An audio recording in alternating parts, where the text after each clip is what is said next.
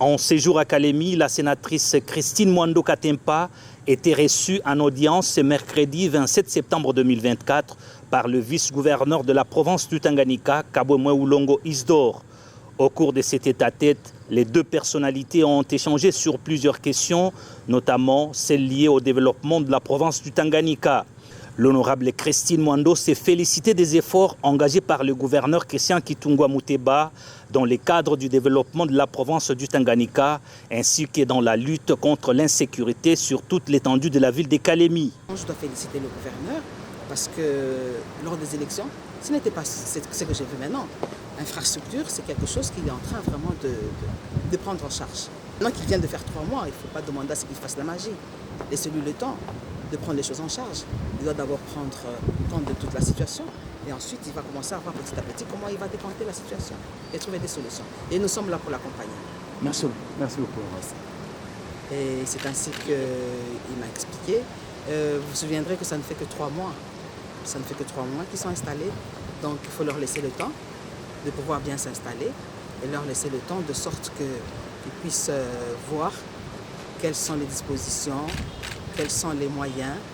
Et je pense, nous comptons sur eux, nous les accompagnons afin que la province puisse démarrer.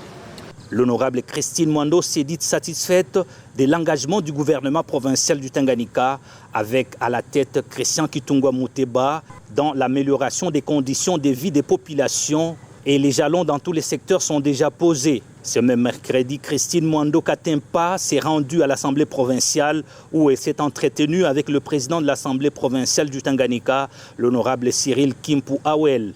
Au cours de leur entrevue, plusieurs questions ont été évoquées. Et à cet effet, Christine Mwando Katempa a promis son implication totale dans la résolution des problèmes des élus provinciaux et a salué l'étroite collaboration entre les gouvernements et l'Assemblée provinciale du Tanganyika. Nous avons parlé de l'installation des députés provinciaux parce qu'il faudrait bien qu'ils s'installent, les députés provinciaux. Ils sont là, mais ils ne sont pas installés. On a échangé en fait dans ce sens-là.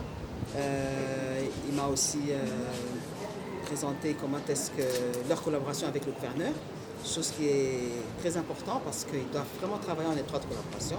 Et j'étais très contente de savoir qu'ils travaillent vraiment en étroite collaboration. Et nous allons les accompagner comme nous le pouvons, en prenant les problèmes qu'ils ont et aller les transférer au niveau des personnes concernées.